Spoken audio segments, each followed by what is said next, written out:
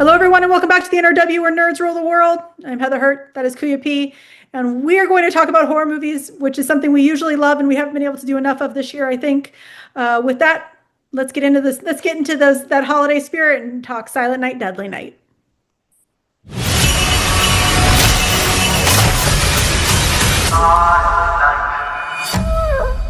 Kind of been drifting my whole life.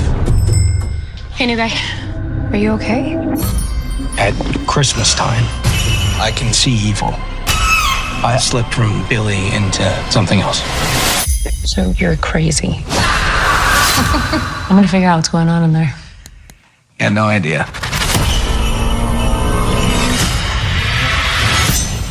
What? Naughty. Santa is always watching. Naughty boys get punished. All is calm. All is bright. They found the body. The person who did this, he was dressed like Santa. Bad people need to be punished. Billy?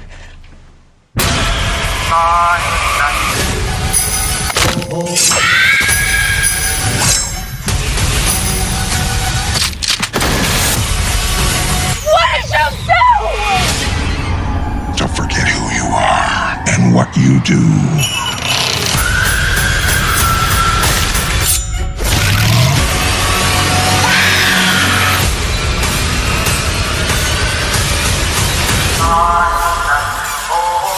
Okay, who's excited to meet Santa?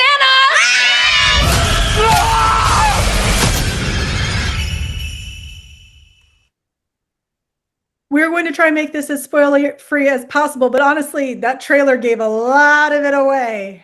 Like a lot.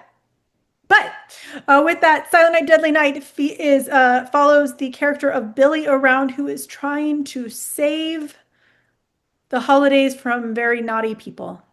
He goes around and he plays Santa Claus, killing where he needs to kill, killing all the baddies out there. When he comes upon a very interesting town where there might be someone in competition. Think Dexter meets Santa Claus. It's really what this is. The writer and director is Mike P. Nelson. It features Rohan Campbell as Billy Chapman. No, this is not Halloween Ends. I know a lot of people want more Halloween of him in it, but it's not.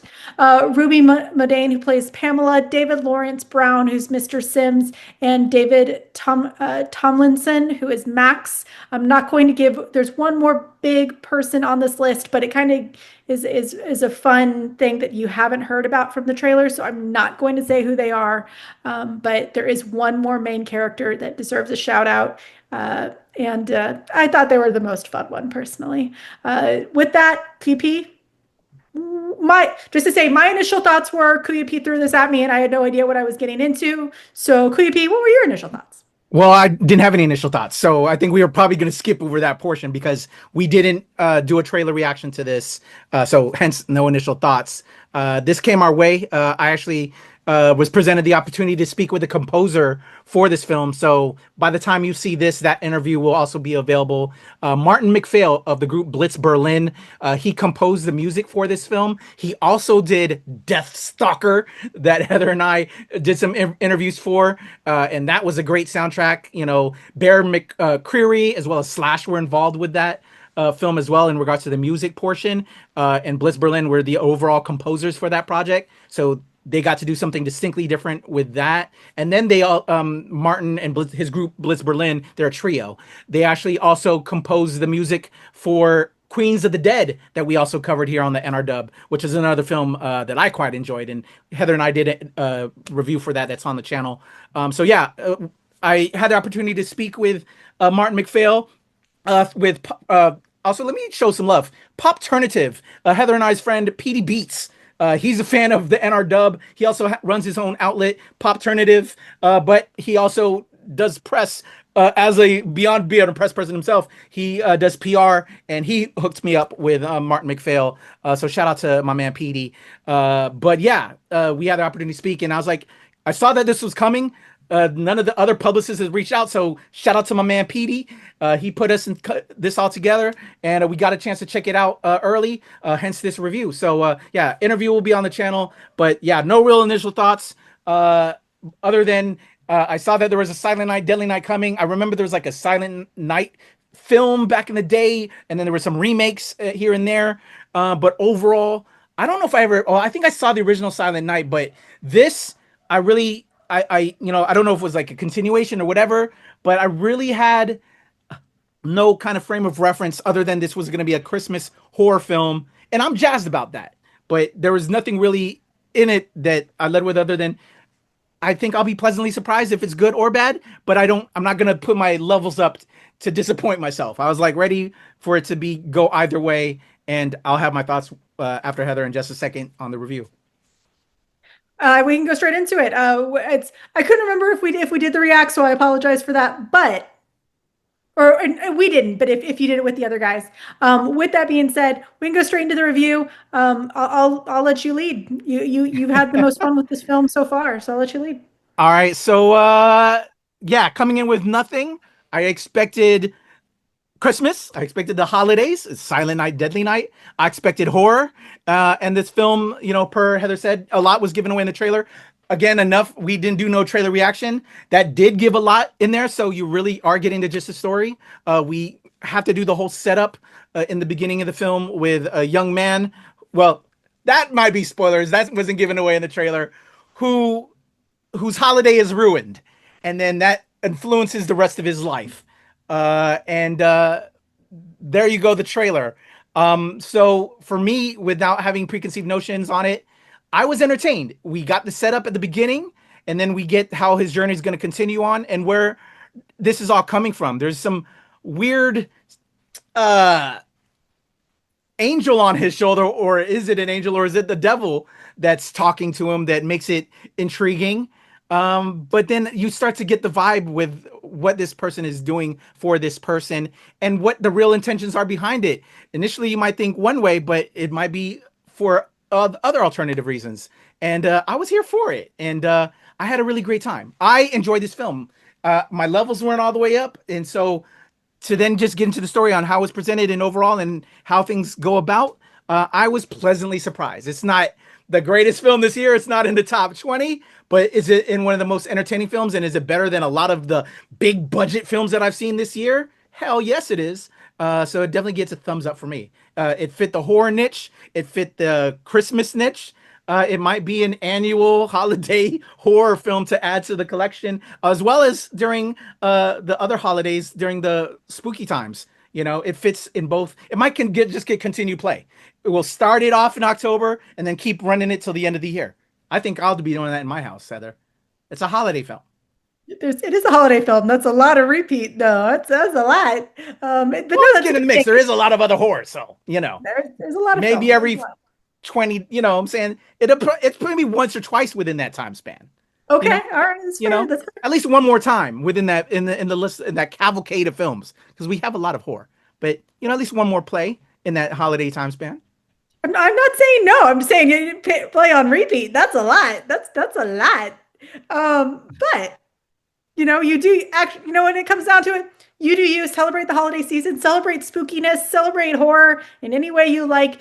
I'm gonna judge KAYFABEYBABY, but that's because that's my job. But other than that, I'm not gonna judge you. Don't worry. We're not gonna judge you, and I'm just giving him shit. Don't worry. With that, this had solid B horror for me. Solid B horror. Was it a phenomenal film? No. Did the cast do their job? Yeah. I wish we got a little bit more out of Ruby Modine. I'm sorry. I feel like we could have gotten more from her, but I also feel like she's still hitting her stride.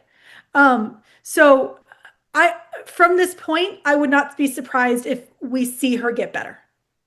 I'm not saying that she did a bad job. I'm just saying that I felt like there was some holdback, and we could have seen like a real nut job with her. And so there could have been more. I think this is me. And we'll save a spoiler for that at the end of this. Spoilers at the end. Okay. We'll do a spoiler. All right. So we're doing a spoiler at the end, guys. A quick one. Yeah. That's fine.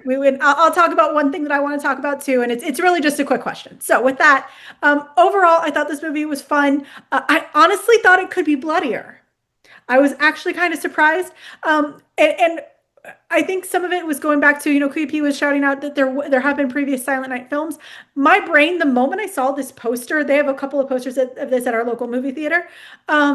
I was actually immediately taken to Violent Night. I was like, oh my God, are they finally coming out with the Violent Night 2? Obviously not. But with that being said, we can see very grotesque. There is evidence that that audiences would love to see really grotesque horror, especially around the holidays. I honestly thought they kind of held back with this film. A lot of these sequences, a lot of the death sequences, you don't actually see them. You see the aftermath and you see the before. I'm going to use the example of him throwing, I'm not going to tell you what happens, but when he throws an axe down on one person, you see the axe go down, but you're only seeing it from the axe up. And then afterwards you see him trying to pull out the axe. That's it. So I think there could have been more. And if there's a 2, maybe there will be. Maybe there will be. But those are really my thoughts. I thought overall though, solid B film. Not gonna be your favorite, but hey, if you are a holiday horror fan and you like to add movies to your holiday horror list, absolutely. This is totally one that you can add. I agree. Any final thoughts, QP? Recommend. See it in the theater, December 12th when it drops. I love seeing horror films in the theater with a bunch of people that are gonna lose their shit. I agree with you. I would have loved it to be a little bit more bloodier, but was it good enough? Yes. Does that give them incentive to do a part 2, which we'll talk maybe at the end of the credits, and get even crazy with it? There you go. There's only up from here that they can go, and they can slay it even more. Sure, Dad. The film Silent Night, Deadly Night does arrive in theaters on December 12th. It might be a little bit more of a strain for me, but with that being said, I do agree that if you are going to see it, no matter what, see it with people that you want to see it with, because this is going to be one that you will want to see with other people and enjoy their reactions to. So if that means you go to a theater because you're like me and you don't have friends, then do it at a theater. But if you're like QP, who has a nice big family who enjoys horror films, I think that if you need to wait till stream, I can totally respect that as well. Once again, in theaters, Deadly Night, in the theaters, December 12th, Silent Night, Deadly Night. Wait until all the way after the credits if you want to see just a small amount of spoilers. And we like, subscribe, share, and all those things. And we will talk to you all soon.